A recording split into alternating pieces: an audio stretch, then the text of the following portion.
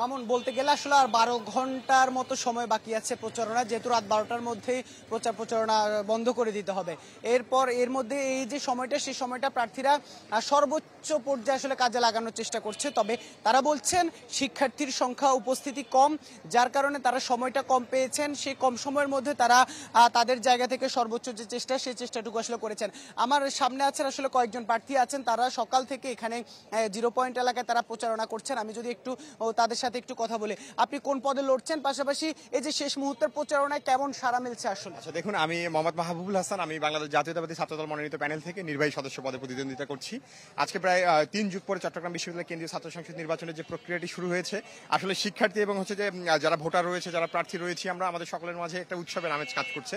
কিন্তু একটা ব্যাপার হচ্ছে যে কিছুদিন আগে আমাদের সনাতন ধর্মাবলম্বী ভাই বোনদের হচ্ছে যে বৃহত্তম যে দুর্গা পূজাটি চলে গেছে, সেই পূজার ছুটিতে অনেকেই বাসায় চলে গিয়েছিল, অনেকেই হয়তো এখনো আসেনি। আবার হচ্ছে যে বিভিন্ন ডিপার্টমেন্টে পরীক্ষা চলছে, বিভিন্ন ধরনের অ্যাসাইনমেন্ট চলছে, ক্লাস চলছে। তো সেই ক্ষেত্রে আসলে পরীক্ষা এবং হচ্ছে ছুটির ব্যাপারটি থাকায় উপস্থিতি কিছুটা কম। তবে আমরা একটি জিনিস লক্ষ্য করছি যে শিক্ষার্থীদের মাঝে ব্যাপক পরিমাণে হচ্ছে যে সাড়া পাচ্ছি আমরা, তারা আমাদেরকে যথেষ্ট পরিমাণে সহযোগিতা করছে। আমরা মনে করি যে ইনশাল্লাহ আমরা খুব বেশি আশাবাদী।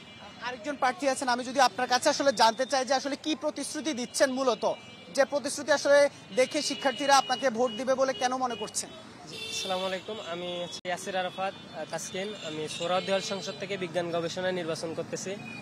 তো আমার ইশতেহারের ভিতরে আছে যেমন ইন্টারনেট সুবিধা, ওয়াইফাই সুবিধা, আবার গবেষণা। আমার এখানে একটা সেক্টর আছে তথ্য প্রযুক্তি ও গবেষণা বিষয়ক।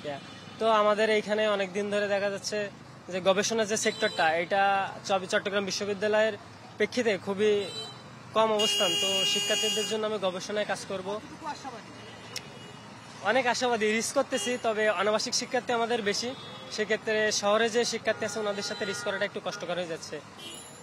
শুনছিলাম আসলে, অসংখ্য ধন্যবাদ আপনাদেরকে। আমরা শুনছিলাম ওনারা যেমনটি বলছেন যে আসলে ওনারা ওনাদের প্রচারণা সেটি আসলে করছেন। তবে তারা যেটি বলছেন যে শিক্ষার্থীদের উপস্থিতি কম থাকার কারণে কিন্তু আসলে তারা একজন ভিপি প্রার্থী পেয়েছি। আমরা একটু যদি জানতে চাই আসলে শেষ মুহূর্তে কতটুকু আসলে শিক্ষার্থীরা এখানে পাচ্ছেন, আপনারা কতটুকু আসলে এই প্রচারণা নিয়ে আশাবাদী?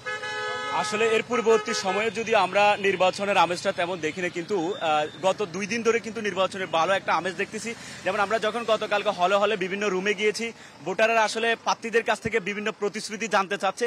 এই বিষয়টা আসলে আমাদের আমেজকে আরো বাড়িয়ে তুলেছে, কারণ ভোটার যদি আসলে না জানতে পারে যে একজন প্রার্থী কি করবে, সেই বিষয়ে আসলে আমেজটা ফিরে আসে না। তো গতকালকে কয়েকটা, যেমন বিশেষ করে আমরা হচ্ছে আলাউল হলে গিয়েছিলাম, আলাউল হলে অনেক ভোটার জানতে চেয়েছেন যে ভাই আপনি আসলে এখানে যে প্রতিশ্রুতিগুলো দিয়েছেন এগুলো শতভাগ বাস্তবায়ন করতে পারবেন কিনা, আর আসলে আপনি এখানে আকাশ কুসুম কোনো ইশতেহার দিয়েছেন কিনা, আর এটা কতটুকু বাস্তবায়ন করতে পারবেন।